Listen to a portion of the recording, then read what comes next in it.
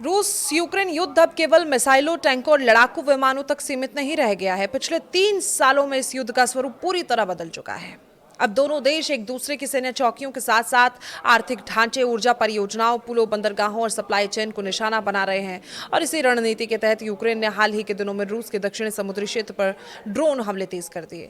इन हमलों का असर इतना बड़ा हुआ कि रूस को आजोव सागर यानी कि सी ऑफ आजोव से जहाजों की आवाजाही रोकनी पड़ी और आजोव सागर को ब्लैक सी से जोड़ने वाले रणनीतिक कैच जल डमरू मध्य यानी कि कैच स्ट्रेट में सुरक्षा कारणों से गतिविधियां सीमित करनी पड़ी। पहली नजर में ये केवल सैन्य कार्रवाई लग सकती है, लेकिन वास्तव में ये रूस की उस समुद्री व्यवस्था पर हमला है जिसे तैयार करने में करीब 300 साल लगे थे। और यही कारण है कि रक्षा विशेषज्ञ से रूस की लॉजिस्टिक क्षमता पर अब तक के सबसे बड़े दबावों में से मान रहे हैं। दरअसल रूस की सबसे बड़ी भौगोलिक चुनौती हमेशा से यही रही है कि उसके विशाल भूभाग का बड़ा हिस्सा समुद्र से काफी दूर है। इतिहास में रूस के शासकों ने यह महसूस किया कि अगर देश को आर्थिक और सैन्य महाशक्ति बनाना है तो अंदरूनी इलाकों को समुद्री व्यापार से जोड़ना बेहद जरूरी होगा। और इसी सोच के साथ कई सदियों तक नदियों, नहरों और बंदरगाहों का विशाल नेटवर्क विकसित किया गया है।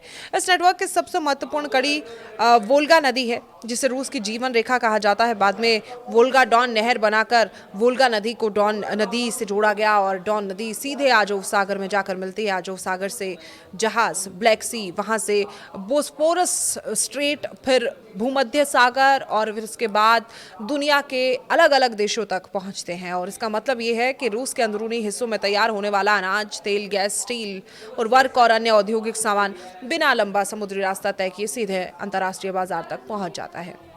यही जलमार्ग रूस की आर्थिक ताकत की रीढ़ माना जाता है। और इसी समुद्री व्यवस्था का सबसे महत्वपूर्ण हिस्सा कैच स्ट्रेट, ये केवल 3 से 15 किलोमीटर चौड़ा समुद्री मार्ग है, लेकिन रणनीतिक दृष्टि से इसकी अहमियत दुनिया के सबसे महत्वपूर्ण समुद्री गलियारों में गिनी जाती है।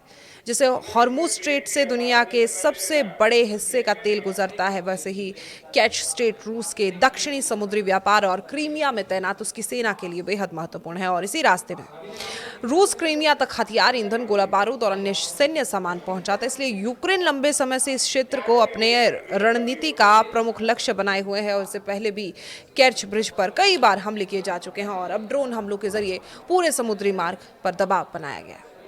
यूक्रेन की रणनीति स्पष्ट है। उसका उद्देश्य केवल रूस के सैनिकों को नुकसान पहुंचाना नहीं है, बल्कि उसकी युद्ध लड़ने की क्षमता को कमजोर करना है। आधुनिक युद्ध में अगर किसी देश की सप्लाई चेन बाधित हो जाए तो उसके पास हथियार होने के बावजूद उन्हें सही समय पर मोर्चे तक पहुंचाना मुश्किल हो जाता है। और इसी कारण यूक्रेन बंदरगाहों, पुलों, ईंधन डिपो और समुद्री मार्गों को लगातार निशाना बना रहा है। इन हमलों के बाद रूस को सुरक्षा कारणों से जहाजों की आवाजाही सीमित करनी पड़ रही है और इसी वजह से उसके सैन्य, लॉजिस्टिक्स और व्यापार दोनों प्रभावित हो सकते हैं। और पूरे घटनाक्रम ने आधुनिक युद्ध की एक नई तस्वीर दुनिया के सामने रखी। पहले युद्ध में महंगे लड़ाकू विमान, लंबी दूरी की मिसाइलें निर्णायक मानी जाती थी, लेकिन अब कुछ हजार डॉलर की कीमत वाले ड्रोन करोड़ों डॉलर की सैन्य और आर्थिक परियोजना को एक चुनौती दे रहे हैं। एक छोटे ड्रोन को रोकने के लिए रूस को महंगी एयर डिफेंस मिसाइलें दागनी पड़ती हैं, जबकि अगर वही ड्रोन किसी तेल टर्मिनल, जहाज या पुल तक पहुंच जाए तो नुकसान अरबों रुपए तक का हो सकता है। यानी कि लागत बहुत कम और नुकसान बहुत बड़ा। और यही वजह है कि ड्रोन आधुनिक युद्ध का सबसे प्रभावी और सस्ता हथियार बनकर उभरे हैं। इसका असर केवल युद्ध क्षेत्र तक सीमित नहीं है। रूस दुनिया के सबसे बड़े गेहूं निर्यातकों में शामिल है। इसके अलावा वो कच्चे तेल, प्राकृतिक गैस, उर्वरक, स्टील, कई अन्य महत्वपूर्ण उत्पादों का प्रमुख निर्यातक रहा।